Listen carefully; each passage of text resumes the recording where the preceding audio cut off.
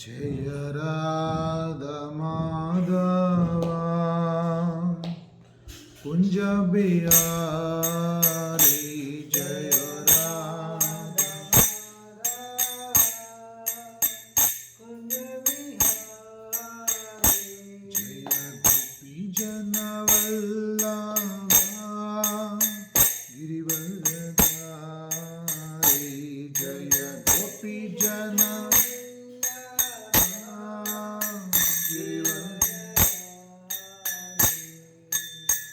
यशोदनन्दन व्रज जनरञ्जन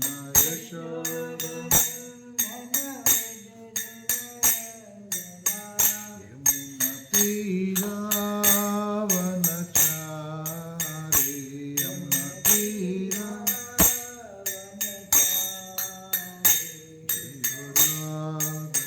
माधवा कुंज बिहारी जय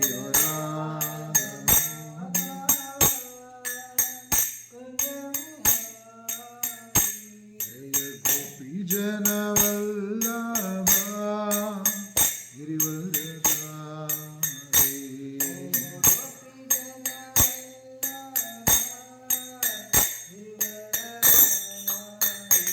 हरे कृष्ण कृष्ण कृष्ण हरे हरे हरे राम राम राम हरे हरे हरे कृष्ण कृष्ण कृष्ण हरे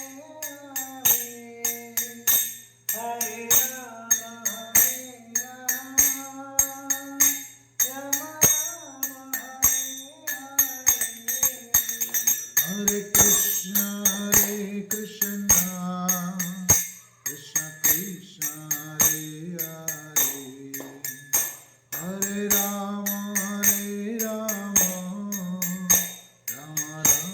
हरे हरे हरे कृष्ण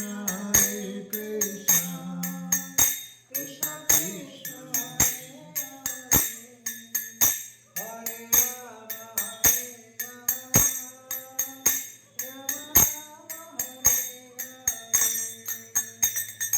हरे कृष्ण कृष्ण कृष्ण हरे हरे हरे राम राम हरे हरे हरे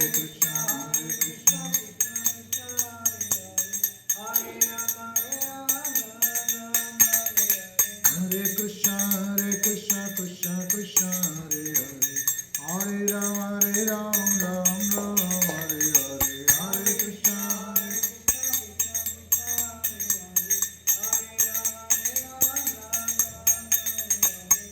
कृष्ण हरे कृष्ण कृष्ण कृष्ण हरे हरे हरे राम राम हरे हरे हरे कृष्ण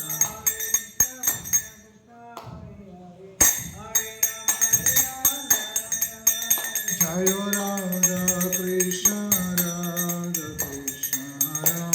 हरे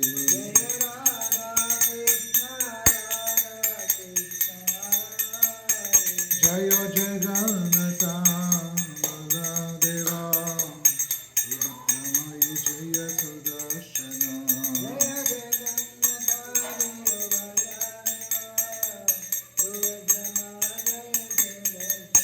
जय जय प्रभुपाद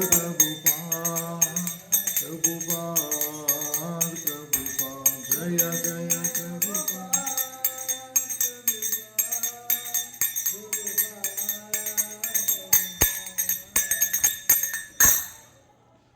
ओम नमो भगवते वासुदेवाय ओम नमो भगवते वासुदेवाय ओम नमो भगवते वासुदेवाय ओम अज्ञानतिमिरान्धस्य ज्ञानाञ्जनशलाकया चक्षुरुन्मीलितं येन तस्मै श्रीगुरुवे नमः श्रीचैतन्यमनोभीष्टं स्थापितं येन भूतले स्वयं रूपकदा मह्यं ददाति सुपदान्तिकम् वन्देऽहं श्रीगुरो श्रीयुतापदकमलं श्रीगुरून् वैष्णवं च श्रीरूपं साग्रजातं सहगणा रघुनाथान्वितं तं सजीवं साद्वैतं सावधूतं परिजनसहितं श्रीकृष्णचैतन्यदेवं श्रीराधाकृष्णपादान् सहगणा ललिता श्रीविशाखान्वितां च हे कृष्ण करुणा सिन्धु दीनबन्धु जगत्पते गोपेश गोपिका कान्त राधा कान्त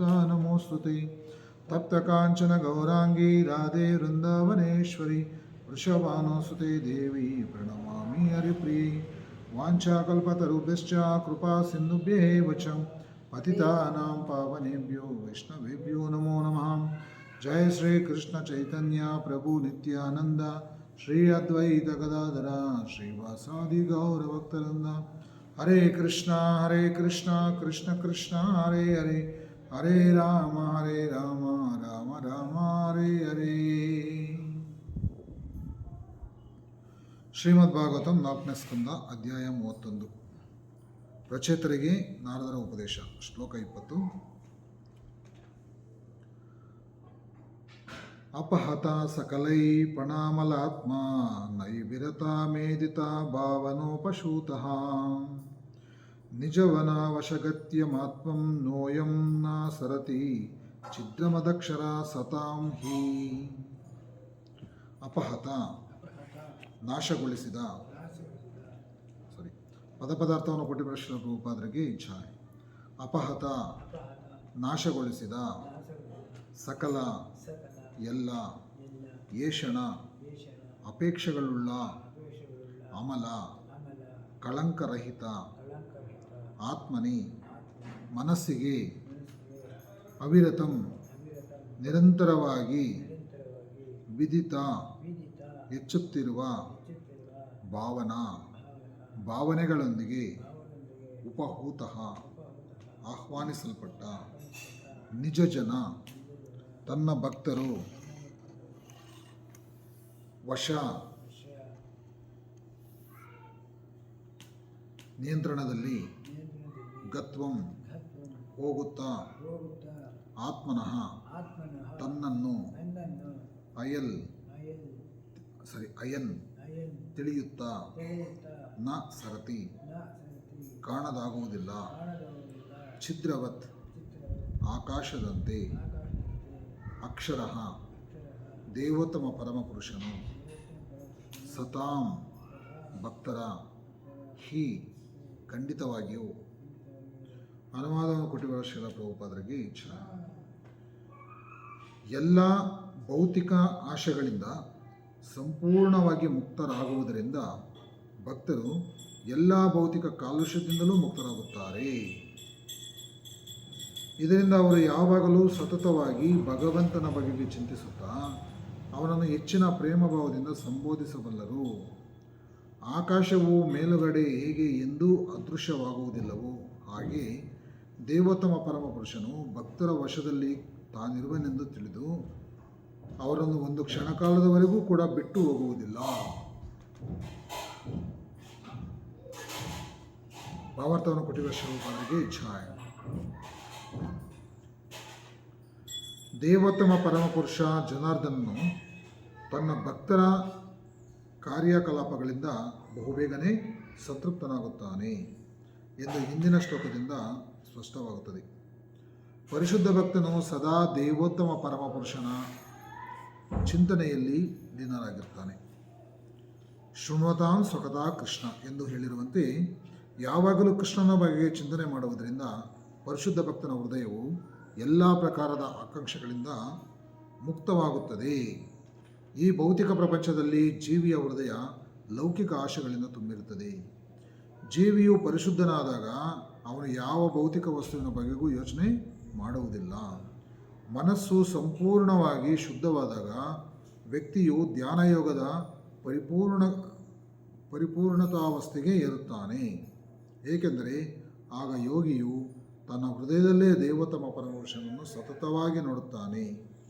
ಧ್ಯಾನಾವಸ್ಥಿತ ಸದ್ಗತೇನ ಮನಸ ಪಶ್ಯಂತಿ ಎಂ ಯೋಗಿನಃ. ಭಗವಂತನು ಭಕ್ತರ ಹೃದಯದಲ್ಲಿ ಆಸೀನನಾದ ಮೇಲೆ ಭೌತಿಕ ಗುಣಗಳು ಭಕ್ತನನ್ನು ಕಲುಷಿತಗೊಳಿಸಲಾರವು.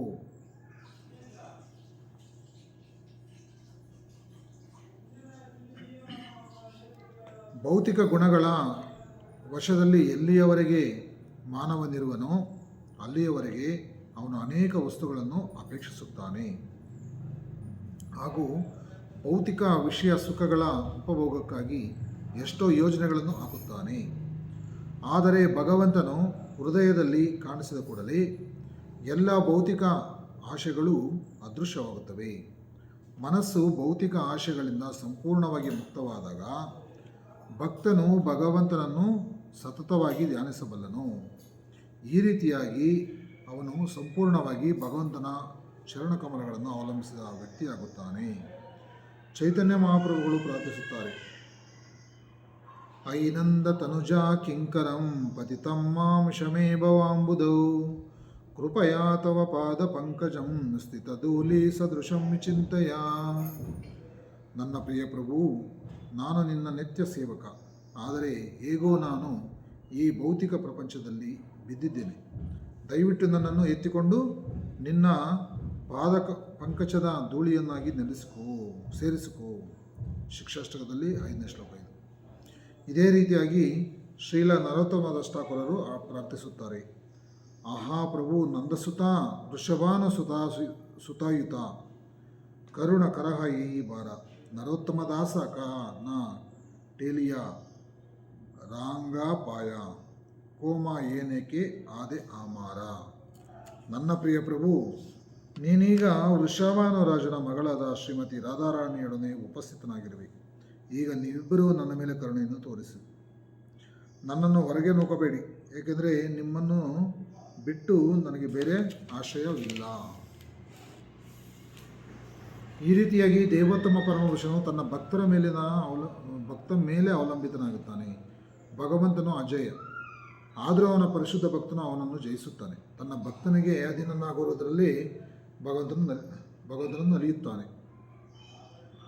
ತಾಯಿ ಯಶೋದೆ ಮಮತೆಯ ಮೇಲೆ ಕೃಷ್ಣನು ಅವಲಂಬಿತನಾಗಿದ್ದು ಆನಂದಿಸಿದ ಹಾಗೆ ಭಕ್ತನ ಮೇಲೆ ನಾನು ಅವಲಂಬಿಸಿದ್ದೇನೆ ಎಂದು ಯೋಚಿಸುವುದು ಭಗವಂತನಿಗೆ ಹೆಚ್ಚಿನ ಸಂತೋಷ ಕೊಡುತ್ತದೆ. ರಾಜನು ಒಬ್ಬ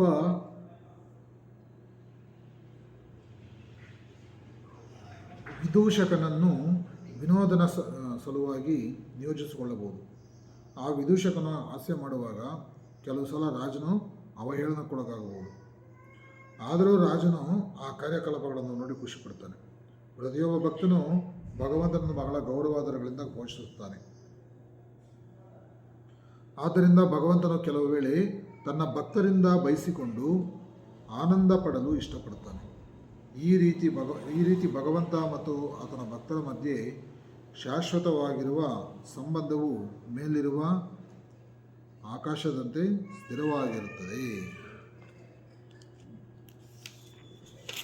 ನಮೋ ವಿಷ್ಣುಪಾದಾಯ ಕೃಷ್ಣಪ್ರೇಷ್ಠಾಯ ಭೂತಲೆ ಶ್ರೀಮತಿ ಜಯಪದಾಕ ಸ್ವಾಮಿತ್ರಾಮಣಿ ನಮೋ ಆಚಾರ್ಯ ಪಾದಾಯ ನಿತಾಯಿ ಕೃಪಪ್ರದಾಯಿನಿ ಗೌರಕತ ದಾಮೋದಯ ನಗರಂ ಧಾರಣಿ ನಮೋ ವಿಷ್ಣುಪಾದಾಯ ಕೃಷ್ಣಪ್ರೇಷ್ಠಾಯ ಭೂತಲೆ ಶ್ರೀಮತಿ ಭಕ್ತಿವೇದಾಂತ ಸ್ವಾಮಿತ್ರಾಮಣಿ ನಮಸ್ತೆ ಸಾರಸ್ವತಿ ದೇವಿ ಗೌರವಾಣಿ ಪ್ರಚಾರಣಿ ನಿರ್ವಿಶೇಷ ಶೂನ್ಯವಧಿ ಪಾಶ್ಚಾತ್ಯ ದೇಶತಾರಣಿ ಮೂಕಂ ಕರೋತಿ ವಾಚಾಲಂ ಪಂಗಂ ಲಂಘಯತಿ ಗಿರಿಂ ಯತ್ಕೃಪಾತಂ ವಂದೇ ಶ್ರೀಗುರುದೀನ ತರಣಿ ಪರಮಾನಂದ ಮಾಧವಂ ಶಿಕ್ಷಿತ ಈಶ್ವರಂ.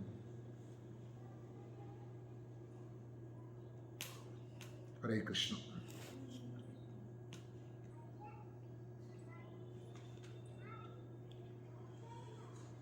ನಾವು ಈಗ ಭೌತಿಕ ಕಾಲುಷ್ಯಗಳಲ್ಲಿ ಸಿಗಾಕೊಂಡಿದ್ದೀವಿ. ಭೌತಿಕ ಕಾಲುಷ್ಯ ಅಂದರೆ ಏನು? ಭೌತಿಕ ಕಾಲುಷ್ಯ ಅಂದರೆ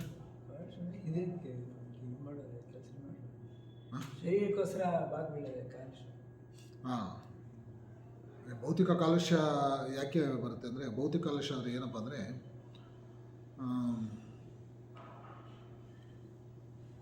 ಅನಾವಶ್ಯಕ ವಿಷಯಗಳ ಮೇಲೆ ವಿಪರೀತವಾದಂಥ ಮೋಹ, ಇದು ಭೌತಿಕ ಕಾಲುಷ್ಯ.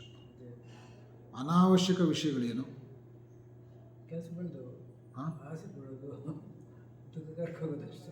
ದುಡ್ಡು ಬೇಕು ಅನ್ನೋದಾ? ದುಡ್ಡಿಲ್ಲ ಅಂದರೆ ಜೀವನ ನಡೆಯಲ್ಲ. ಮತ್ತೆ ದುಡ್ಡು ಬೇಕಲ್ಲ ಜೀವನಕ್ಕೆ. ದುಡ್ಡು ಬೇಕಂದ್ರೆ ಕೃಷ್ಣ ಕೊಡ್ತಾರೆ. ಕೃಷ್ಣ ಸೇವೆ ಮಾಡ್ಕೊಂಡಿದ್ರೆ ಹೋಗಿ ನಾನು ಎದ್ದು ಹೋಗ್ಬೇಕು ಮಾಡಬೇಕಂದ್ರೆ ಅದು ನಾನು ನಿನ್ನೆ ಶ್ಲೋಕದಲ್ಲಿ ನಾನು ಹೇಳಿದ್ನಲ್ಲ, ಭಗವಂತ ನಮಗೆ ಅವರವರಿಗೆ ಪುಣ್ಯಕ್ಕೆ ತಕ್ಕಂತೆ ಏನೋ ಒಂದು ಪ್ಯಾಕೇಜ್ ಕೊಟ್ಟಿರ್ತಾನೆ ಭಗವಂತ ಅಲ್ವಾ. ಇರೋದರಲ್ಲಿ ಏನು ಮಾಡಬೇಕಂದ್ರೆ ತೃಪ್ತಿ ಪಡಬೇಕು. ಕೆಲವರು ಏನು ಮಾಡ್ತಾರೆ ಅಂದರೆ ಎಷ್ಟು ಸಾಧ್ಯ ಆಗುತ್ತೋ ಅಷ್ಟು ಬೇರೆಯವ್ರನ್ನ ಅದೇನು ಹೇಳ್ತಾರೆ ಯಾಮಾರಿಸೋದು, ಅದಕ್ಕಿರಲು ತೊಡಗಿಸ್ಕೊಳ್ತಾರೆ. ಆ್ಯಕ್ಚುಲಿ ಅದು ಮಾಡಬಾರ್ದು. ಅದರಿಂದ ಏನಾಗುತ್ತೆ ಗೊತ್ತಾ, ಅವರ ಆಸ್ತಿನೋ ಅಥವಾ ಹಣನೋ ನಾವು ಪಡಿಬೋದು, ಆದರೆ ಆ ಪಾಪಕ್ಕೆ ಯಾರು ಅನುಭವಿಸ್ಬೇಕು? ಮಾಡಿದ್ದನ್ನು ಮಾರಾಯ ಇವತ್ತು ಮಾಡ್ತೀವಿ, ನಾಳೆ ಅದನ್ನು ಅನುಭವಿಸ್ಬೇಕು ಅಲ್ವಾ? ಅದರಿಂದ ನಾವು ಯಾವುದೇ ಕಾರಣಕ್ಕೂ ನಾವು ಅನ್ಯಾಯವಾದಂಥ ವಿಷಯಗಳಿಗೆ ನಾವು ಯಾವತ್ತೂ ಕೂಡ ಕೈ ಹಾಕಬಾರ್ದು. ಇದು ಭೌತಿಕ ಕಾಲುಷ್ಯ. ಭೌತಿಕ ವಿಷಯಗಳು, ಸುಖ ಭೋಗಗಳು ಅದು ಬೇರೆ. ಇದು ಕಾಲುಷ್ಯ ಅಂದರೆ ಏನಪ್ಪ ಅಂದರೆ ನಮಗೆ ಸಂಬಂಧ ಇಲ್ಲದೇ ಇರೋಂಥ ವಿಷಯಗಳಲ್ಲಿ ನಾವು ಹೆಚ್ಚು ಆಸಕ್ತಿ ತೋರಿಸೋದು. ಇದು ಭೌತಿಕ ಕಾಲುಷ್ಯ. ಅದಿರಬಾರ್ದು. ಆದರೆ ಇದಕ್ಕೆ ಕಾರಣ ಏನು? ಭೌತಿಕ ಆಸೆಗಳು. ಭೌತಿಕ ಆಶೆಗಳಿಂದ ಸಂಪೂರ್ಣವಾಗಿ ಮುಕ್ತನಾದಾಗ ಏನಾಗ್ತೀವಿ, ನಮಗೆ ಈ ಪರರ ಸೊತ್ತಿನ ಬಗ್ಗೆ, ಪರರ ವಿಷಯಗಳ ಬಗ್ಗೆ ನಮಗೆ ಆಸಕ್ತಿ ಹೋಗ್ಬಿಡುತ್ತೆ. ಭಗವಂತ ನಮ್ಗೆ ಏನು ಕೊಟ್ಟಿರ್ತಾನೋ ಅದರಲ್ಲಿ ಹಾಸಿಗೆ ಇದ್ದಷ್ಟು ಕಾಲು ಚಾಚು ಅಂತಾರಲ್ಲ, ಏನಾದ್ರು ಅರ್ಥ? ನಿನಗೆ ಎಷ್ಟು ಯೋಗ್ಯತೆ ಇದೆಯೋ ಅಷ್ಟನ್ನು ಅನುಭವಿಸು. ಅದು ಕೂಡ ನಾನು ನಮ್ಮ ಕಂಡೀಷನಲ್ಲೇನು, ಅದು ನಾವು ಇರೋದೆಲ್ಲ ನಾವು ಚೆನ್ನಾಗಿ ತಿನ್ನೋಕೆ ಹೋಗ್ತೀವ, ನಮಗೇನು ಕಂಡೀಷನ್ಸ್ ಇದೆ ಏನು, ಅದು ಇನ್ನೊಂದು. ಅದರಲ್ಲೂ ಕೂಡ ನಮಗೆ ಸಮಸ್ಯೆ ಏನಪ್ಪ ಅಂದರೆ, ಭಗವಂತ ಕೊಟ್ಟಿರೋದ್ರಲ್ಲೂ ನಾವು ನಿಯಮಗಳಂದರೆ ನೀನು ಇದು ಕೈ ಸಿಕ್ಕಿದೆಲ್ಲ ತಿನ್ನೋದು ಅವಾಯ್ಡ್ ಮಾಡು. ನಮಗಿದೆ, ನಮ್ಮ ಹತ್ರ ಇದೆ ಬೇಕಾದಷ್ಟು, ನಾವು ಏನು ಬೇಕಾದರೂ ತಿಂತೀವಿ ಅಂತ ಹೋಗ್ಬಾರ್ದು. ಯಾಕೆಂದರೆ ನಮಗೆ ಭಗವಂತ ಕೊಟ್ಟಿದ್ರೂ ಕೂಡ ನಮಗೆ ನಿಯಮಗಳು ಹಾಕಿದ್ದಾನೆ. ನೀನು ಹೀಗೆ ತಿನ್ನಬೇಕು, ಇಂಥದ್ದನ್ನೇ ತಿನ್ನಬೇಕು. ಈಗ ನಾವು ಪ್ರಾಣಿಗಳಿಗೆ ನೋಡಿದ್ದೀವಲ್ಲ, ಪ್ರಾಣಿಗಳಿಗೆ ಒಂದೊಂದು ಪ್ರಾಣಿಗೆ ಒಂದೊಂದು ಆಹಾರ ಕೊಟ್ಟಿದ್ದಾರೆ. ಒಂದೊಂದು ಪ್ರಾಣಿಗೆ ಒಂದೊಂದು ಆಹಾರ. ಈಗ ಇದು ಹಸುಗಳಿಗೆ, ಕುರಿಗಳಿಗೆ, ಮೇಕೆಗಳಿಗೆ ಇದೆಲ್ಲ ಏನು ಕೊಟ್ಟಿದ್ದಾನೆ? ಸೊಪ್ಪು, ಹುಲ್ಲು ಕೊಟ್ಟಿದ್ದಾನೆ ಅಲ್ವಾ? ಮತ್ತು ಈಗ ಬೇರೆ ಬೇರೆ ಆಹಾರ ಯಾವುದು ಒಂದು ಎಕ್ಸಾಂಪಲ್ ಕೊಡ್ರಿ. ಹಂದಿ ಹುಲ್ಲು ಸೊಪ್ಪೆಲ್ಲ ತಿನ್ನುತ್ತಾ? ಅದೇನು ತಿಂತದೆ? ಗಬ್ಬು ಗಲೀಜೆಲ್ಲ ತಿಂತದೆ ಅಲ್ವಾ? ಗಬ್ಬು ಗಲೀಜೆಲ್ಲ ತಿಂತದೆ. ಆಮೇಲೆ ಇನ್ನು ಕೋತಿ ಹಣ್ಣುಗಳು, ಕಾಯಿಗಳು, ಒಂದೊಂದು ಸಾರಿ ಅದು ಹುಲ್ಲು ಕೂಡ ಒಂದು ತಿಂತಾ ಇರ್ತದೆ. ಹುಲ್ಲುಗಳು, ಎಲೆಗಳು ಕೂಡ ತಿಂತಾ ಇರ್ತದೆ. ಒಂದೊಂದು ಟೈಮ್ ಏನೋ ಸಿಗಲಿಲ್ಲ ಅಂದರೆ ಅದನ್ನೇ ತಿಂದ್ಬಿಡ್ತದೆ. ಅದು ಜಾಸ್ತಿ ಏನು ತಿಂತದೆ ಅಂದರೆ ಹಣ್ಣುಗಳು, ಕಾಯಿಗಳು ತಿನ್ನೋದು ಜಾಸ್ತಿ ಕೋತಿಗಳಲ್ವಾ? ಇದರ ಒಂದೊಂದು ಆಹಾರ ಕೊಟ್ಟಿದ್ದಾರೆ. ಹಾಗೆಯೇ ನಮಗೆ ಒಂದು ಆಹಾರ ಕೊಟ್ಟಿದ್ದಾರೆ. ಆದರೆ ನಾವೇನು ಮಾಡ್ತೀವಿ, ಇನ್ನು ಕೆಲವೊಂದು ಪ್ರಾಣಿಗಳು ನೋಡಿ ಮಾಂಸ ಎಲ್ಲ ತಿಂತಾವಲ್ವ, ಅದು ಈ ಸಿಂಹ ಇದೆಯಲ್ಲ, ಅದು ಮಾಂಸ ಬಿಟ್ಟು ಬೇರೆ ಇನ್ನೇನು ತಿನ್ನಲ್ಲ ಅಲ್ವಾ? ಈ ವಿಧವಾಗಿ ಒಂದೊಂದು ಪ್ರಾಣಿಗಳ ಆಹಾರ. ಆದರೆ ಈ ಮನುಷ್ಯ ಏನು ಗೊತ್ತಾ, ಏನನ್ನೂ ಬಿಡಲ್ಲ. ಏನೋ ಹುಲಿ ಸಿಂಹಗಳು ತಿನ್ನೋ ಮಾಂಸನೂ ಬೇಕು. ಆಮೇಲೆ ಇದು ಬೇಕು, ಏನೋ ಈ ಸೊಪ್ಪು ಸರಿ ಏನೇನು ಇದೆ ಅದೇ ತಿಂತಾರೆ. ಇನ್ನೂ ಕೆಲವರೆಲ್ಲ ಒಂದು ತಿನ್ನಬಾರದು ಪ್ರಾಣಿಗಳು, ಜೀವಿಗಳೆಲ್ಲ ತಿಂತಾರೆ. ಹುಳುಗಳು ಕೂಡ ತಿಂತಾರೆ. ಮನುಷ್ಯರು ಯಾವುದನ್ನು ಬಿಡಲ್ಲ ಮನುಷ್ಯ. ಇದು ಆದರೆ ಅದಲ್ಲ, ಇದು ಭೌತಿಕ ಕಾಲುಷ್ಯ. ಇದಕ್ಕೆ ಭೌತಿಕ ಕಾಲುಷ್ಯ ಅಂತ ಕರೀತಾರೆ. ಸೊ ಆ ಥರ ಅಂತ ಬಂದು ನಾವು ಅದಕ್ಕೆ ನಮಗೆ ಭಗವಂತ ಏನು ಮಾಡಿದ್ದಾನೆ, ಭಗವಂತನ ಪ್ರಸಾದವನ್ನು ಏನು ಅದು ಏನು ಭಗವಂತನಿಗೆ ಏನು ನೈವೇದ್ಯ ಮಾಡಬೇಕು? ಪತ್ರಂ ಪುಷ್ಪಂ ಫಲಂ ತೋಯಂ. ಒಂದು ಎಲೆನೋ, ಹಣ್ಣು, ನೀರೋ ಅಥವಾ ಈ ಥರ ನಮಗೆ ಸಾತ್ವಿಕವಾದಂಥ ಒಂದು ಆಹಾರಗಳೇನಿದೆ ಅದನ್ನು ಮಾತ್ರ ನಾವು ಅರ್ಪಣೆ ಮಾಡೋಂತ ಹೇಳ್ತಾರೆ. ಏನು ಭಗವಂತನಿಗೆ ಅರ್ಪಣೆ ಮಾಡ್ತೀವೋ ಅದನ್ನು ಮಾತ್ರ ನಾವು ಸ್ವೀಕಾರ ಮಾಡಬೇಕು ಅಂತ ನಮಗೆ ಕಂಡೀಷನ್ ಆಗಿದೆ. ನಮಗೆ ಶಾಸ್ತ್ರಗಳು ಕಂಡೀಷನ್ ಆಗಿದೆ ಅಲ್ವಾ? ಆ ಥರ ಇದ್ದರೆ ನಮ್ಗೆ ಯಾವುದೇ ವಿಧವಾದಂಥ ಪಾಪ ಬರಲ್ಲ ಅಲ್ವಾ? ಇಂಥ ತಿನ್ನಬಾರ್ದು ಅಂತ ಶಾಸ್ತ್ರ ಹೇಳಿದ್ಮೇಲೆ ಅದು ನಾವು ತಿನ್ನಬಾರ್ದು. ಯಾಕಂದರೆ ಹೊಟ್ಟೆಗೆ ಏನು ಹಾಕಿದ್ರೂ ಜೀರ್ಣ ಹಾಕ್ಸ್ಕೊಂಡ್ಬಿಡ್ತದೆ. ಆದರೆ ನಾವು ಏನು ತಿಂತೀವೋ ಅದಕ್ಕೆ ಸಂಬಂಧಪಟ್ಟಂಥ ಒಂದು ರಿಯಾಕ್ಷನ್ ನಮ್ಮಿಂದ ನಡೆಯುತ್ತೆ. ಈಗ ಉಗ್ರಗಾಮಿಗಳಿದಾರಲ್ವ, ಉಗ್ರಗಾಮಿಗಳು ಮೊನ್ನೆ ಎಷ್ಟೋ ಜನ ಸಾಯಿಸಿದ್ರಲ್ಲ, 20 ಜನ ಸಾಯಿಸಿದ್ರಲ್ಲ ಪಾಲ್ಗಾಮ್ ಅದರಲ್ಲಿ. ಅವ್ರ ಉಗ್ರಗಾಮಿಗಳು ಅವರೆಲ್ಲ ಮುಸ್ಲಿಮ್ಸು. ಅವ್ರು ಏನು ತಿನ್ನೋದು? ಗೋಮಾಂಸ ಜಾಸ್ತಿ ತಿಂತಾರೆ, ಗೋಮಾಂಸ ತಿಂತಾರೆ. ಕರುಣೆ ಇಲ್ಲ, ದಯೆ ಇಲ್ಲ. ಈಗ ಗೋಮಾಂಸ ಏನು ಗೊತ್ತಾ, ಅದು ಬಂದು ಗೋವು ನಮಗೆ ತಾಯಿ ಸಮಾನ. ಯಾಕಂದರೆ ಪ್ರತಿಯೊಬ್ಬರನ್ನು ಕೂಡ ಚಿಕ್ಕ ಮಕ್ಕಳಾಗಿದ್ದರಿಂದ ಅದಕ್ಕೆ ಹಾಲು ಕೊಟ್ಟು, ನಮಗೆ ಮೊಸರು ಕೊಟ್ಟು ನಮ್ಮನ್ನು ಪೋಷಣೆ ಮಾಡಿದ್ದಾರೆ ಗೋವು. ಇವಾಗೇನೋ ಮಿಷನರೀಸು, ಹಿಂದಿನ ಕಾಲದಲ್ಲಿ ಗೋವಿಲ್ದಿದ್ದು ಮನುಷ್ಯನ ಜೀವನನೇ ಇಲ್ಲ. ಯಾಕಂದರೆ ಹೊಲ ಉಳ್ಬೇಕಾದ್ರೆ ಗೋವು ಬೇಕು, ಎಲ್ಲ ಕೆಲಸಗಳಿಗೂ ಗೋವು ಬೇಕು, ಅವಶ್ಯಕತೆ ಇತ್ತು. ಅದರಿಂದ ನಮಗೆ ಗೋವು ಬಂದು ನಮ್ಮ ತಂದೆ ತಾಯಿಗಳು ಎಷ್ಟು ಮುಖ್ಯನೋ ಆ ಗೋವುಗಳು ಕೂಡ ನಮಗೆ ಅಷ್ಟೇ ಮುಖ್ಯ. ಅಂಥ ಗೋವುಗಳನ್ನು ಅವ್ರು ಕೊಂದು ತಿಂತಾರೆ ಅಂದರೆ ಕರುಣೆ ಇದೆಯಾ? ಸೊ ಅವರಿಗೆ ಏನು ಬೇಕಾದರೂ ಮಾಡೋದಕ್ಕೆ ಅವರು ರೆಡಿಯಾಗಿರ್ತಾರೆ. ಅದರಿಂದ ತಿನ್ನೋ ಆಹಾರದಲ್ಲಿ ಕೂಡ ನಮಗೆ ಕ್ಯಾರೆಕ್ಟರು ಒಳ್ಳೆಯದಾಗಿರಬೇಕು. ಒಳ್ಳೆಯ ಆಹಾರ ತಿಂದರೆ ಒಳ್ಳೆ ಕ್ಯಾರೆಕ್ಟರ್, ಕೆಟ್ಟ ಆಹಾರ ತಿಂದರೆ ಅದಕ್ಕೆ ತಕ್ಕಂತೆ ಗುಣಗಳು ಬದಲಾವಣೆ ಆಗುತ್ತೆ ಅಲ್ವಾ? ಇದು ಭೌತಿಕ ಕಾಲುಷ್ಯ. ನಾವು ತಿನ್ನೋಬಾರದನ್ನೆಲ್ಲ ತಿಂತಾಯಿದ್ರೆ ಅದು ಭೌತಿಕ ಕಾಲುಷ್ಯ. ಅದರಿಂದ ಏನಾಗುತ್ತೆ, ನಮಗೆ ಪಾಪಗಳು ಬರುತ್ತೆ. ಪಾಪಗಳ ಪ್ರತಿಕ್ರಿಯೆಯಿಂದ ನಮಗೇನಾಗುತ್ತೆ, ನಮ್ಮ ಜೀವನ ಅಧೋಗತಿ ಫಲ ಮುಂದೆ. ಅದಕ್ಕೆ ನಮಗೆ ಪದಂ ಪದಂ ಯದ್ವಿಪದಂ ಅಂತ ಹೇಳ್ತಾರೆ ಭಗವತಮಲ್ಲಿ. ಅಂದರೆ ಈ ಜೀವನದಲ್ಲಿ ನಾವು ನಡಿಬೇಕಾದ್ರೆ ಪ್ರತಿ ಕ್ಷಣ ಕೂಡ ನಾವು ತುಂಬ ಕೇರ್ಫುಲ್ ಆಗಿರಬೇಕು. ಮಾತನಾಡಬೇಕಾದ್ರೆ ಬೇರೆ ಯಾರಿಗೂ ನೋವಾಗದಿರ ಮಾತಾಡಬೇಕು, ಯಾರಿಗೂ ನೋವಾಗಬಾರ್ದು. ನಮ್ಮ ಬಾಯಿ ಕಲ್ಮಶ ಆಗಬಾರ್ದು. ನಮ್ಮ ಬಾಯಿ ಬಂದು ಕಶ್ಮಲ ಮಾಡ್ಕೋಬಾರ್ದು, ನಾವು ಕಲ್ಮಶ ಮಾಡ್ಕೋಬಾರ್ದು.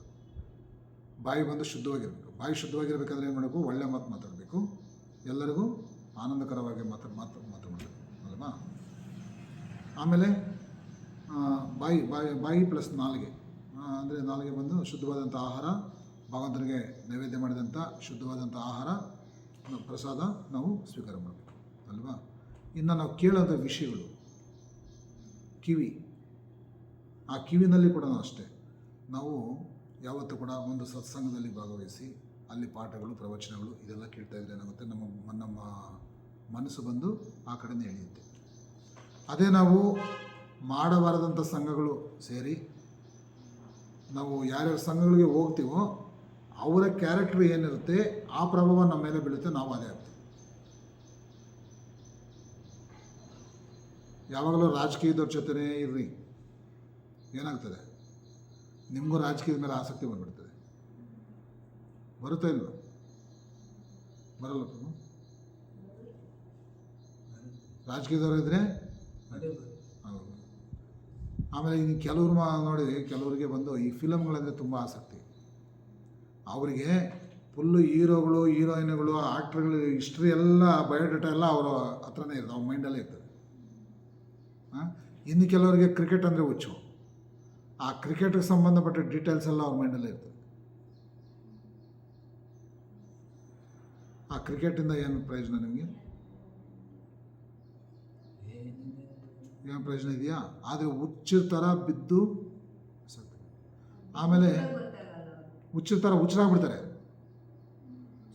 ನಾವು ಚಿಕ್ಕ ಹುಡುಗರಾಗಿದ್ದಾಗ ನೋಡ್ತಾ ಇದ್ವಿ, ಥಿಯೇಟ್ರಿಗೆ ಏನಾದರೂ ಹೋಗಿದ್ದಿದ್ರೆ ಕೆಲವು ಹುಚ್ಚರು ಕಾಸುಗಳು ತಗೊಂಡ್ಬಿಟ್ಟು ಸ್ಕ್ರೀನ್ ಮೇಲೆ ಚೆಲ್ಲೋದು. ಇದು ಹುಚ್ಚುತ್ತಾನೆ, ಈ ಥರ ಹುಚ್ಚು ಬೆಳೆಸ್ಕೊಬಾರ್ದು ನಾವು ಅಲ್ವಾ? ಮತ್ತು ಇನ್ನು ಈ ಕ್ರಿಕೆಟ್ ಆಗಲಿ, ಫಿಲಮ್ ಆಗಲಿ, ಸೊ ಈ ಥರ. ಆದರೆ ಅವ್ರು ಏನು ಗೊತ್ತಾ, ಅವ್ರನ್ನ ಈ ನಿಮ್ಮ ಗುರು ಯಾರಪ್ಪ ಅಂದರೆ ಏನು ಹೇಳ್ತಾರೆ, ನಮ್ಮ ಗುರು ಚಿರಂಜೀವಿ, ರಜನಿಕಾಂತ್, ಆಮೇಲೆ ಇನ್ನು ಕೆಲವರು ನಮ್ಮ ಗುರು ಸಚಿನ್ ತೆಂಡೂಲ್ಕರು, ಆಮೇಲೆ ಇನ್ನು ಯಾರಪ್ಪ ಇವಾಗ ಬಂದಿರೋರು ಏನೋ ಕೊಹ್ಲಿನಂತೆ, ವಿರಾಟ್ ಕೊಹ್ಲಿನಂತೆ, ಅವ್ರು ನಮ್ಮ ಗುರುಗಳು ಅಂತ ಹೇಳ್ತಾರೆ. ನಿಮ್ಮ ಗುರು ಯಾರು ಅಂತ ಹೇಳಿದ್ರೆ, ಇವಾಗ ಹುಡುಗರನ್ನೆಲ್ಲ ನೋಡ್ರಿ, ಕೆಲವ್ರನ್ನೆಲ್ಲ ಕೇಳಿದ್ರೆ ನೀವು ಯಾರು ನಿಮ್ಮ ಗುರು ಅಂದರೆ ಈ ಥರ ಹೇಳ್ತಾರೆ, ದರ್ಶನ್ ಅಂತೆ, ಆಮೇಲೆ ಇನ್ಯಾರು ಹೇಳ್ತಾರೆ ಹೆಸರುಗಳು. ನನಗೆ ತುಂಬ ಜನ ಹುಡುಗರನ್ನ ಕೇಳಿದ್ದೀನಿ, ನಿಮ್ಮ ಗುರು ಯಾರು ಅಂತ ಹೇಳಿದ್ರೆ ಸುಮ್ಮನೆ ಸೈಲೆಂಟಾಗಿ ಏನೋ ಅವ್ರಿಗೆ ಹೇಳ್ಬಾರ್ದು, ಸೈಲೆಂಟಾಗಿ ನಿಮ್ಮ ಗುರು ಯಾರು ಅಂದ ತಕ್ಷಣ ಅವ್ರ ಬಾಯಿಂದ ಆ ಥರ ಆನ್ಸರ್ ಮಾಡ್ಬಿಡ್ತಾರೆ. ಏನು ಹೇಳಿದ್ರೆ ಪ್ರಶ್ನೆ ಕೇಳಿದ ತಕ್ಷಣ ಹಂಗೆ ಆನ್ಸರ್ ಅವರ ಮಾಡೋದು. ಗುರುಗಳೇ, ಇವರ ಗುರುಗಳೇ. ಹಾಂ, ಅವ್ರನ್ನೂ ಗುರುಗಳಾಗಿ ಸ್ವೀಕಾರ ಮಾಡಿಕೊಂಡ್ರೆ ಏನಾಗುತ್ತೆ, ಆ ವಿಷಯಗಳಲ್ಲಿ ಅವರು ಮುಳುಗ್ತಾರೆ ಅಲ್ವಾ. ಆದರೆ ಜೀವನದಲ್ಲಿ ನಮಗೆ ಆಚಾರ್ಯರು ಒಂದು ಮಾತು ಹೇಳ್ತಾರೆ, ಗುರುವಿನ ಗುಲಾಮನಾಗುವ ತನಕ ದೊರೆಯದಣ್ಣ ಮುಗುತಿ. ನಮಗೆ ಗುರುಗೆ ಗುಲಾಮನಾಗಬೇಕು, ಆದರೆ ಎಂಥ ಗುರುಗಳನ್ನ ಸ್ವೀಕಾರ ಮಾಡಬೇಕು? ಆಧ್ಯಾತ್ಮಿಕ ಗುರುಗಳನ್ನು, ಪರಂಪರೆಯಲ್ಲಿ ಬಂದಂಥ ಗುರುಗಳನ್ನು ನಾವು ಸ್ವೀಕಾರ ಮಾಡಬೇಕು ಅಲ್ವಾ. ಸೊ ಇದು ಎಲ್ಲ ಇತ್ತು. ಆಮೇಲೆ ಇದು ಒಂದು ಪಾಯಿಂಟು ಏನು, ಭೌತಿಕ ಆಶೆಗಳು ಸಂಪೂರ್ಣವಾಗಿ ಹೋದಾಗ ಭೌತಿಕ ಕಲ್ಮಶ ನಮಗೆ ಹೋಗುತ್ತೆ. ಭೌತಿಕ ಆಶೆಗಳಂದರೆ ಇದೆ, ಪರರ ಸುತ್ತು, ಅದು ಇದು, ಆ ವ್ಯಾಮೋಹ, ನನಗಿರೋದು ಸಾಲದು, ಇನ್ನೂ ಎಲ್ಲಾದರೂ ಸಿಗುತ್ತಾ, ಅಲ್ಲಿ ಸಿಗುತ್ತಾ, ಇಲ್ಲಿ ಸಿಗುತ್ತಾ ಅಂತ ಹುಡ್ಕೋದು. ಆದರೆ ಸಿಕ್ಕದೇ ಇದ್ದಾಗ, ಏನೂ ಸಿಕ್ಕದೇ ಇದ್ದಾಗ, ಇವತ್ತು ಯಾವುದು ಆಗಲಿಲ್ವೇ, ಇದ್ದಾರೆ ನಮ್ಮ ಕಣ್ಮುಂದೆನೇ ಇದ್ದಾರೆ, ನೀವೆಲ್ಲ ನೋಡಿರ್ತೀರ, ಇವತ್ತು ಯಾವುದು ಆಗಲಿಲ್ವೇ ಅಂತೇಳ್ಬಿಟ್ಟು ತಲೆ ಕೆರ್ಕೊಳ್ಳಿ ಈ ಥರ ಮಾಡ್ತಾಯಿರ್ತಾರೆ. ಅವರಿಗೆ ಮನಸ್ಸು ನೆಮ್ಮದಿರಲ್ಲ. ನೋಡ್ರಿ, ದಾರಿನಲ್ಲಿ ಹೋಗ್ತಾ ಕೂಡ ಹಿಂಗೆ ಅಂತ ಇರ್ತಾರೆ, ಹಿಂಗೆ ಅವರಾಗವರ ಮಾತಾಡ್ಕೊಂಡು ಹೋಗ್ತಾ ಇರ್ತಾರೆ ಅಂತ ನೋಡಿದ್ದೀನಿ. ಅದು ಸುಮ್ಮನೆ ಕೈನಲ್ಲಿ ಹಿಂಗೆ ಬೀಸ್ತಾ ಇರ್ತಾರೆ, ಏನೇನೋ ಅವ್ರು ಮಾತಾಡ್ತಾರೆ. ಮನಸ್ಸು ಚಂಚಲ, ಮನಸ್ಸಿನಲ್ಲಿ ಅವ್ರು ಯಾರು ಜೊತೆಯಲ್ಲಿ ಇಲ್ದಿದ್ರು ಕೂಡ ಒಬ್ಬರೇ ಹೋಗ್ತಾ ಇರಬೇಕಾದ್ರೂ ಕೂಡ ಮಾತಾಡ್ಕೊಂಡು ಹೋಗ್ತಾ ಇರ್ತಾರೆ, ಅವ್ರು ಪಾಡ್ಕೊಂಡು ಮಾತಾಡ್ಕೊಂಡು ಹೋಗ್ತಾ ಇರ್ತಾರೆ. ಅಂದರೆ ಯಾರ ಹತ್ರ ಹೆಂಗೆ ಮಾತಾಡಬೇಕು, ಏನು ಮಾಡಬೇಕು ಅನ್ನೋದು ಪ್ರಾಕ್ಟೀಸ್ ಎಲ್ಲ ನಡೀತಾ ಇರ್ತದೆ ಯಾವಾಗ ನಿರಂತರವಾಗಿ. ಸೊ ಈ ವಿಧವಾಗಿ ಅವರು ಮೆಂಟಲಿ ಬಂದು ಆ ಥರ ಅದೇ ವಿಷಯಗಳಲ್ಲಿ ಪೂರ್ತಿಯಾಗಿ ಚಿಕ್ಕ ವಯಸ್ಸಿನಿಂದ ಮುಳುಗಿರೋದ್ರಿಂದ ಲಾಸ್ಟ್ಗೆ ಆ ಹುಚ್ಚರ ಆಗ್ಬಿಡ್ತಾರೆ. ಆದರೆ ಆ ಹುಚ್ಚರ ಆಗೋದ್ರಿಂದ ಪ್ರಯೋಜನ ಏನೈತೆ, ಲಾಸ್ಟ್ಗೆ ನಾವು ಅದೇ ಮೂಡಲ್ಲಿ ಏನಾಗ್ತಾರೆ, ನಮಗೆ ಭಗವದ್ಗೀತೆ ಹೇಳ್ತಾರಲ್ಲ, ಅಂತ್ಯಕಾಲೇಚ ಅಲ್ಲಲ್ಲ ಯಂ ವಾಪಿ ಸ್ಮರನ್ ಭಾವಂ ತ್ಯಜತ್ಯಂತೆ ಕಲೇವರಂ ತಮಯ ವೈದಿಕವಂತೆಯ ಸದಾ ತದ್ಭಾವ ಭಾವಿತಃ. ಅಂತ್ಯಕಾಲದಲ್ಲಿ ನಾವು ಯಾವ್ಯಾವ ಭಾವನೆಯಿಂದ ಯಾರ್ಯಾರು ದೇಹತ್ಯಾಗ ಮಾಡ್ತಾರೋ ಅವರು ಅದನ್ನೇ ಹೊಂದುತ್ತಾರೆ. ಭರತ ಮಹಾರಾಜ ಏನು ಮಾಡ್ದ, ನನ್ನ ಜಿಂಕೆ ಯಾರು ಕಾಪಾಡ್ತಾರೆ, ನನ್ನ ಜಿಂಕೆ ಅನ್ಯಾಯವಾಗಿ ಬಿಡ್ತಲ್ಲ, ಯಾವ ಹುಲಿ ಬಂದು ಸಿಕ್ಕಾಕೊಡ್ತಾವ, ಅದ್ರ ಮೇಲೆ ಮನಸ್ಸಿಟ್ಟು ಸತ್ತ, ಮುಂದೆ ಅವನು ಜಿಂಕೆ ಆಗ್ಬಿಡ್ತಾರೆ. ಸೊ ಈ ರೀತಿಯಾಗಿ ಆಸೆಗಳನ್ನು ಕಡಿಮೆ ಮಾಡಿಕೊಂಡು ಭೌತಿಕ ಕಲ್ಮಶನ ಕಡಿಮೆ ಮಾಡ್ಕೋಬೇಕು.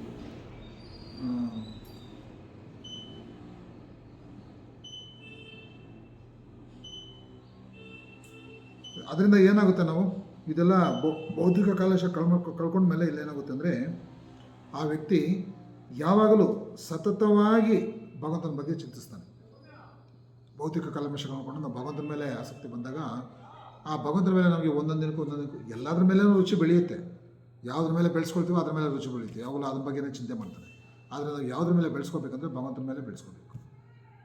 ಭಗವಂತನ ಮೇಲೆ ರುಚಿ ಬೆಳೆಸ್ಕೊಂಡು ನಿರಂತರವಾಗಿ ನಾವು ಭಗವಂತನ ಬಗ್ಗೆ ಚಿಂತನೆ ಮಾಡಬೇಕು ಅಲ್ವಾ.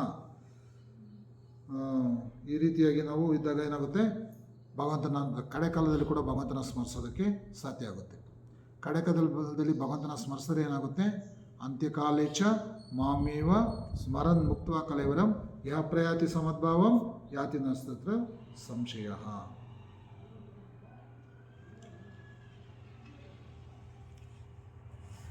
ಸೊ ಅದಕ್ಕೆ ಇದು ಚೈತನ್ಯ ಮಹಾಪ್ರಭುಗಳು ಕೂಡ ಒಂದು ಶ್ಲೋಕ ಹೇಳ್ತಾರೆ, ಐ ನಂದ ತನುಜಾ ಕಿಂಕರಂ. ನಮ್ಮ ಭಾವನೆ ಯಾವ ಥರ ಇರಬೇಕಂದ್ರೆ, ಐ ನಂದ ತನುಜಾ ಕಿಂಕರಂ ಪತಿತಂ ಮಾಮಿಷಮೇ ಭವಾಂಬುದವು ಕೃಪಯಾ ತವ ಪಾದ ಪಂಕಜಂ ಸ್ಥಿತ ಧೂಲಿ ಸದೃಶಂ ವಿಚಿಂತಯ. ಅಂದರೆ ನನ್ನ ಪ್ರಿಯ ಪ್ರಭು ಏನು ಹೇಳ್ತಾರೆ, ನಾನು ನಿನ್ನ ಸೇವಕ, ಆದರೆ ಅದು ಹೇಗೋ ನಾನು ಈ ಭೌತಿಕ ಪ್ರಪಂಚದಲ್ಲಿ ನಾನು ಬಿದ್ದುಬಿಟ್ಟಿದ್ದೀನಿ, ದಯವಿಟ್ಟು ಕೃಪೆ ಮಾಡಿ ನನ್ನನ್ನು ಎತ್ಕೋ ಕೃಷ್ಣ, ನಿನ್ನ ಪಾದ ಪಂಕಜಂ ಅಂದರೆ ನಿನ್ನ ಪಾದಗಳ ಹತ್ರ ನನ್ನ ಒಂದು ಧೂಳಿಯನ್ನಾಗಿ ಮಾಡ್ಕೋ ಕೃಷ್ಣ ಅಂತೇಳ್ಬಿಟ್ಟು ಈ ಭಾವನೆಯಿಂದ ನಾವು ಭಗವಂತನ ಬೇಡ್ಕೋಬೇಕು. ಸಾಕು, ಆ ಭಗವಂತನ ಒಂದು ಪಾದದ ಧೂಳಿಯಾಗಿ ಬಂದುಬಿಟ್ರೆ ಸಾಕು, ನಮ್ಮ ಜೀವನ ಸಾಕು. ಎಲ್ಲ ಕಷ್ಟಗಳಿಂದ ಮುಕ್ತಿ, ನಮಗೆ ಎಲ್ಲ ಕಷ್ಟಗಳಿಂದ ಮುಕ್ತಿ, ನಿರಂತರವಾದಂಥ ಆನಂದ ನಮಗೆ ಸಿಗುತ್ತೆ. ಎಲ್ಲರೂ ಇಷ್ಟೆಲ್ಲ ಮಾಡ್ತಾ ಇರೋದು ಆನಂದಕ್ಕೋಸ್ಕರ ತಾನೆ. ಆ ಆನಂದ ಅನ್ನೋದು ಭಗವಂತನ ಪಾದಗಳಲ್ಲೇ ಇದೆ ಅಂತ ಹೇಳಿದ್ಮೇಲೆ ನಾವೇನು ಮಾಡಬೇಕು, ಆ ಭಗವಂತನ ಪಾದ ಪದ್ಮಗಳನ್ನು ಸೇವಿಸುವಂಥ ಭಾಗ್ಯವನ್ನು ಪಡೆಯೋದಕ್ಕೆ ನಾವು ಪ್ರಯತ್ನಿಸಬೇಕು. ಅದಕ್ಕೋಸ್ಕರ ನಾವು ಆ ಭಗವಂತನ ಭಕ್ತರ ಒಂದು ಮಾರ್ಗದರ್ಶನವನ್ನು ತಗೋಬೇಕು ಅಂತ ಹೇಳ್ಬಿಟ್ಟು ಇಲ್ಲಿ ಹೇಳ್ತಾರೆ. ಆಮೇಲೆ ಇಲ್ಲಿ ಹೇಳ್ತಾರೆ, ಇದು ಏನು 40ನೇ ಅಷ್ಟಕರು ಒಂದು ಹಾಡು ಹೇಳ್ತಾರೆ, ಆಹಾ ಪ್ರಭು ನಂದಸುತ ವೃಷಭಾನುಸುತ ಆಯುತ ಕರುಣಾಕರ ಈ ಬಾರ. ಏ ಕೃಷ್ಣ, ನೀನು ಯಾವಾಗಲೂ ಕೂಡ ಆ ರಾಧಾರಾಣಿಯೊಡನೆ ನೀನು ಉಪಸ್ಥಿತನಾಗಿರ್ತೀಯಾ. ಈಗ ನೀವಿಬ್ಬರೂ ಸೇರಿ ನನ್ನ ಮೇಲೆ ಕರುಣೆ ತೋರಿಸು. ಮಗು ಮೇಲೆ ತಂದೆ ತಾಯಿ ಕರುಣೆ ತೋರಿಸಿದ್ದಾರೆ. ರಾಧಾಕೃಷ್ಣ ಇಬ್ಬರನ್ನು ಕೂಡ ನಾವು ಬೇಡ್ಕೋಬೇಕು. ನೀವಿಬ್ಬರೂ ಸೇರಿ ನನ್ನ ಮೇಲೆ ಕರುಣೆ ತೋರಿಸು, ನನ್ನನ್ನು ನಿಮ್ಮಿಂದ ದೂರ ನೋಕಬೇಡಿ. ಏಕೆಂದರೆ ನಿಮ್ಮನ್ನು ಬಿಟ್ಟರೆ ನನಗೆ ಬೇರೆ ಆಶ್ರಯ ನನಗೆ ಇಲ್ಲ, ನೀವೇ ನನಗೆ ಆಶ್ರಯ ಅಂತ ಹೇಳ್ಬಿಟ್ಟು ನಾವು ಅವರ ಆಶ್ರಯಕ್ಕೋಸ್ಕರ ನಾವು ಬೇಡ್ಕೋಬೇಕು ಅಂತ ಹೇಳ್ಬಿಟ್ಟು ಹೇಳ್ತಾರೆ. ಈ ರೀತಿಯಾಗಿ ನಾವು ಬೇಡ್ಕೊಂಡಾಗ ಏನು ಮಾಡ್ತಾನೆ ಭಗವಂತ ಆ ಭಕ್ತರ ಮೇಲೆ ಕರುಣೆ ತೋರಿಸ್ತಾನೆ. ಆ ಕರುಣೆಗೋಸ್ಕರ ನಾವು ಬೇಡ್ಕೋಬೇಕು ಅಷ್ಟೇ. ನಾವು ಭಗವಂತನ ಹತ್ರ ಹೋಗ್ಬಿಟ್ಟು ಏನು ಮಾಡೋದು, ಭಗವಂತನ ಹತ್ರ ಹೋಗ್ಬಿಟ್ಟು ಏನೇನು ಬೇಕು ನಮಗೆ ಇವತ್ತು, ಏನೇನು ಕೇಳಬೇಕು ಭಗವಂತನ ಅಂತ ಹೇಳ್ಬಿಟ್ಟು ಲಿಸ್ಟ್ ಮಾಡ್ಕೊಂಡೋಗಿ ಭಗವಂತನ ಹತ್ರ, ಅಪ್ಪ ನನಗೆ ಅದು ಆಗ್ಬಿಡ್ಲಪ್ಪ, ಇದಾಗ್ಬಿಡ್ಲಪ್ಪ, ಇದು ಯಾವುದು ಶಾಶ್ವತ ಅಲ್ಲ. ಅದೆಲ್ಲ ನಾವು ಕೇಳಬೇಕಾಗಿರೋದು. ನಾವು ಏನು ಕೇಳಬೇಕು, ಶಾಶ್ವತವಾಗಿ ನಿನ್ನ ಸೇವೆ ಮಾಡೋಂಥ ಭಾಗ್ಯ ನನಗೆ ಕೊಡು ಕೃಷ್ಣ, ನಿನ್ನ ಸೇವೆನೇ ನನಗೆ ಶ್ರೇಯಸ್ಸು, ಅದೇ ನನಗೆ ಆಶ್ರಯ ಅಂದೇಳಿ ನಾವು ಹೇಳಬೇಕು. ಭಗವಂತನ ಪಾದ ಪದ್ಮಗಳಲ್ಲಿ ನಾವು ಆಶ್ರಯವನ್ನು ಪಡಿಬೇಕು. ಅದೇ ನಮ್ಮ ಜೀವನದ ಉದ್ದೇಶ, ಅದೇ ನಮ್ಮ ಗುರಿ ಕೂಡ. ಭಗವಂತನ ಪಡೆಯೋದೇ ನಮ್ಮ ಜೀವನದ ಗುರಿ. ಮಿಕ್ಕಿದ್ದೆಲ್ಲ ಬಂದು ತಾತ್ಕಾಲಿಕ, ಅದ್ರ ಹಿಂದುಗಡೆ ಬೆಟ್ಟದಷ್ಟು ಕಷ್ಟಗಳಿರುತ್ತೆ. ಭೌತಿಕ ವಿಷಯಗಳನ್ನು ನಾವು ಪಡೆದ್ರೂ ಕೂಡ ಅದರ ಹಿಂದುಗಡೆ ಬೆಟ್ಟದಷ್ಟು ಕಷ್ಟಗಳು ನಮಗೆ ಬರುತ್ತೆ. ಅದರಿಂದ ನಾವು ಅದನ್ನೆಲ್ಲ ನಾವು ಕೋರ್ಕೋಬಾರದು. ಭಗವಂತ ಏನು ಕೊಡ್ತಾನೋ ಕೊಟ್ಟಿದ್ರಲ್ಲಿ ನಾವು ತೃಪ್ತಿಯಿಂದ ಆನಂದಕರವಾಗಿ ನಾವಿರೋದನ್ನ ಪ್ರಾಕ್ಟೀಸ್ ಮಾಡಬೇಕು. ಅಷ್ಟೇ ನಮಗೆ ಈ ಶ್ಲೋಕದಲ್ಲಿ ಹೇಳ್ತೀವಿ. ಗ್ರಂಥರಾಜ್ ಶ್ರೀಮದ್ ಭಾಗವತಂ ಕೀ ಜಯ, ಶ್ರೀ ಪ್ರಭುಪಾದ ಕೀ ಜಯ, ಗೌರ ಪ್ರೇಮಾನಂದಿ.